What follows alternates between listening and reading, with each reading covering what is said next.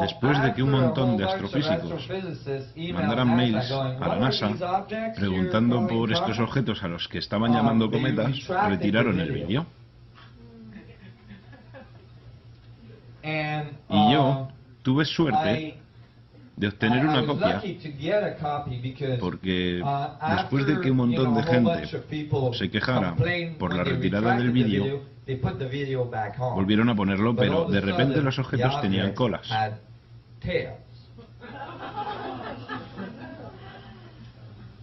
Sin embargo, volvamos atrás y analicemos un poco este vídeo. Podéis ver las estrellas en el fondo, yendo de izquierda a derecha. Esto se debe a que la sonda está en órbita. Correcto. Y luego podéis ver estos puntitos blancos. Estos son partículas que impactan con la cámara. Intentemos encontrar uno. ¿Veis este? Esto es una partícula procedente del Sol impactando con la cámara. Así que podéis ignorar estas pequeñas irregularidades. Pero si retrocedemos, descubriréis que solo hay un objeto yendo hacia el Sol al principio.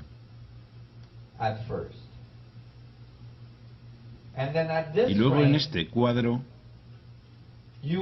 descubrís dos objetos pequeños aquí que aparecen, que en el siguiente cuadro se mueven de aquí hasta aquí.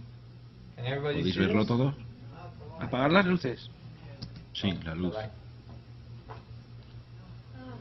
Mucho mejor. Por tanto, desde aquí hasta allí, ¿vale? Ahora, eso es en contra del resto de movimientos en el fondo, ¿de acuerdo? Y luego en el siguiente cuadro, estos dos objetos se convierten en uno. Ahora bien, eso es bastante posible si los dos objetos acabaron uno detrás de otro, ¿vale? De modo que se convierten en uno para un observador aquí.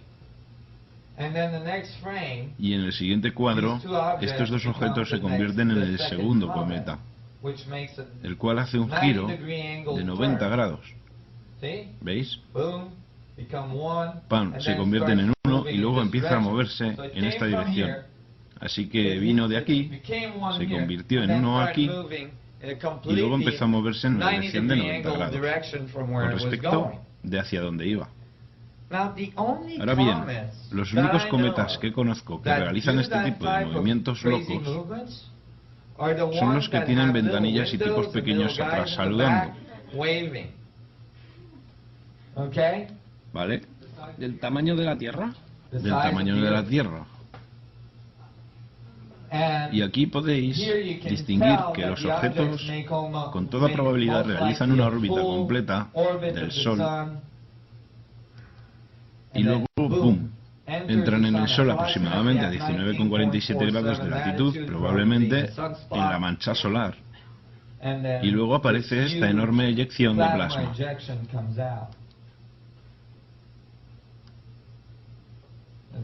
Echémosle un vistazo. Boom. Otra cosa es que los objetos no se rompen en pedazos como lo harían los cometas. Así que realmente me asombró encontrar este vídeo. Y pensé, Dios mío, ya sabéis, si fuerais una sociedad que tuviera naves del tamaño de la Tierra, no seríais capaces de entrar en ningún agujero negro pequeño como la Tierra. La nave sería demasiado grande para la Tierra. De modo que iríais al siguiente nivel fractal de agujeros negros, iríais al Sol. Pero si usáis una nave más pequeña y quisierais atravesar el agujero negro de la Tierra, entonces encontraríais ese agujero negro atravesando las manchas solares de la Tierra.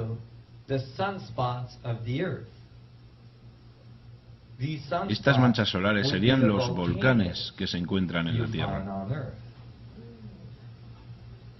Y entonces fue cuando empecé a darme cuenta también de que puede que los volcanes no sean lo que pensamos que son. Es decir, que por ejemplo, los volcanes más activos de la Tierra están a 19,47 grados de latitud. Están justo donde yo vivo, en la gran isla de Hawái. Y encontramos que la mayoría de volcanes tienen una gran cantidad de actividad ovni. Los volcanes a 19,47 grados de latitud en México tienen tanta actividad ovni que el gobierno mexicano ha empezado a entrenar a los pilotos de modo que sepan dónde está la actividad ovni y puedan evitar esas rutas cuando se acercan a México DF para aterrizar. De hecho, se ha convertido en obligatorio que hagan esa clase si aterrizan más de un determinado porcentaje en México DF. ¿Por qué? Porque los mexicanos generalmente se sientan en su porche y ven ovnis entrando y saliendo de los volcanes, de tanta actividad que hay. Así que pensé, bueno, si tu nave es del tamaño de la Tierra, tendrías que ir al Sol. De modo que los lemurianos fueron a estos 8 lugares. Pues eso dejó a 2 de los lugares sin nadie en ellos. Nadie, ni una sola persona. Nada más estos 2 vértices. Solo jalando vida, pero nadie ahí.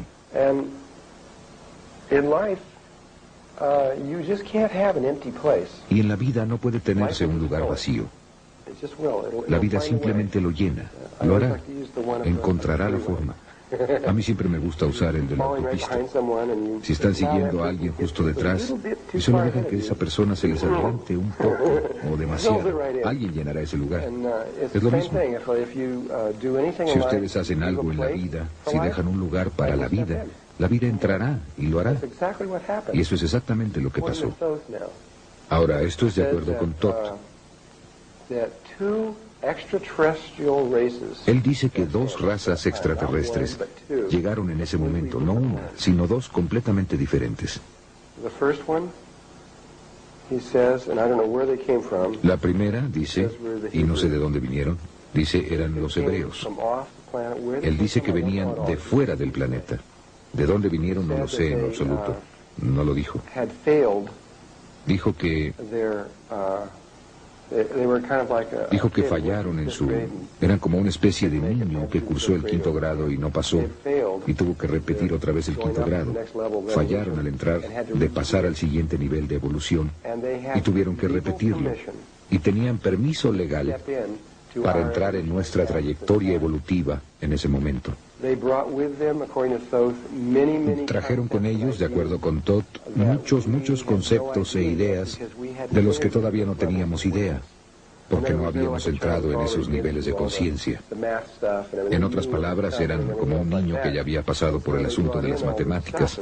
Sabían qué era lo que venía y todo eso. Así que trajeron todas estas cosas de las que nosotros todavía ni siquiera sabíamos. Realmente no había problema con ellos, y probablemente no habría problema hoy. Probablemente no hubiera habido ningún problema en lo absoluto, excepto que la última raza que llegó es la que tenía el problema. Realmente no fuimos nosotros. Lo que se ha desarrollado, que está ahora como ha llegado al mundo, en la situación que se ha desarrollado en el mundo. Esta última raza, y esto va a sonar extraño, especialmente cuando estoy diciendo esto hace 8 años, era una raza de seres que llegaron de un planeta muy cercano llamado Marte.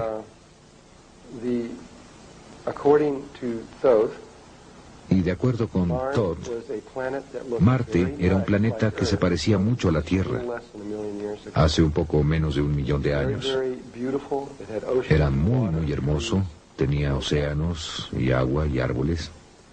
Es simplemente fantástico. Miren, desde que creamos este mundo, o todo este experimento en el que estamos desde hace mucho tiempo, desde el mismo principio, habían habido 4 veces en las que alguien decidió hacer algo que en la actualidad se llama la rebelión de Lucifer, aunque sucedió 3 veces antes. Otras 3 personas, además de Lucifer, intentaron hacer lo mismo.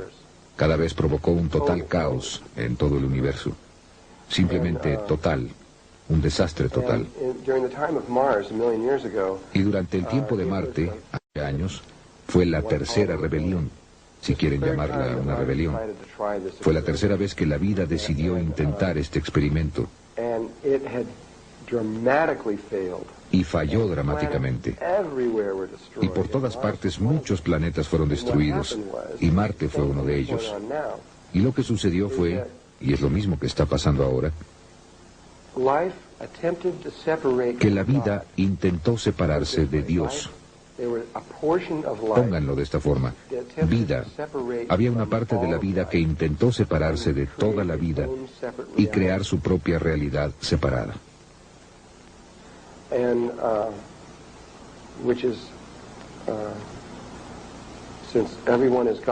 Ya que todos son Dios, está bien. Ustedes pueden hacer eso.